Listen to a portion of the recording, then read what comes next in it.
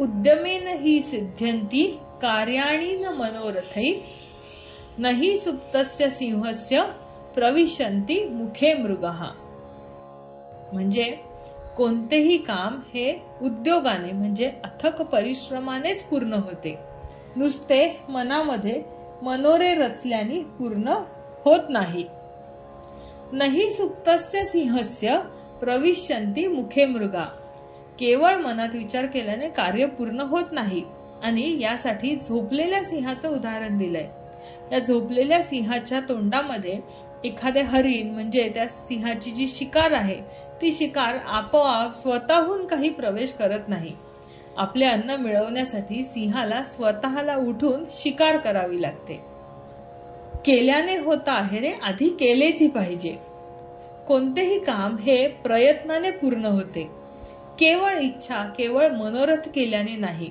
सिद्ध्यंती म्हणजे पूर्ण होते, पण यासाठी उद्यम म्हणजे प्रयत्न कष्ट हा एकमेव मार्ग आहे। केवळ कल्पना करणे किंवा मनोरथ करणे, मनोरथ बाळगणे हे पहिलं पाऊल आहे, हे अंतिम गंतव्य स्थान नव्हे।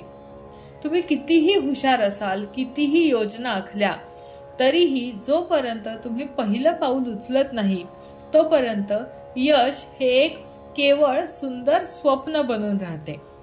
कारण झोपलेल्या सिंहाच्या तोंडात कोणताही प्राणी हरिण स्वतःहून प्रवेश करत नाही।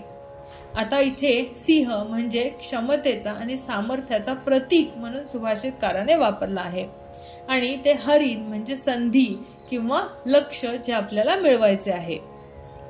जरी तुम्ही सिंहासारखे सामर्थ्यवान असाल तरीही तुम्हाला तुमचे शिकार, तुमचे ध्येय पकडण्यासाठी उठावे लागेल, श्रम करावे लागतील, धावावे लागेल। जगात फुकट काहीही मिळत नाही।